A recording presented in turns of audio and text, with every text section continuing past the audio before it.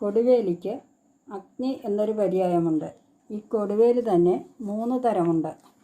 ചുവന്ന കൊടുവേലി അല്ലെങ്കിൽ ചെത്തിക്കൊടുവേലി, വെള്ളക്കൊടുവേലി, നീലക്കൊടുവേലി. ആദ്യം ചുവന്ന കൊടുവേലി. ഈ കൊടുവേലി വ്യാവസായിക അടിസ്ഥാനത്തിൽ കൃഷി ചെയ്യുന്നതാണ്.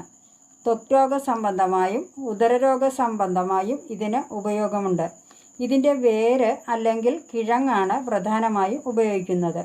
ഈ കിഴങ്ങ് ചുണ്ണാമ്പ് വെള്ളത്തിലിട്ടിട്ട് ശുദ്ധീകരിച്ചാണ് ഉപയോഗിക്കുന്നത്.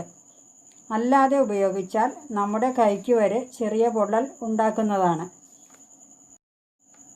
ഇത് വെളിച്ചെണ്ണയിൽ കാച്ചി ചോറിലൊഴിച്ചോ അല്ലാതെയോ കഴിക്കാം.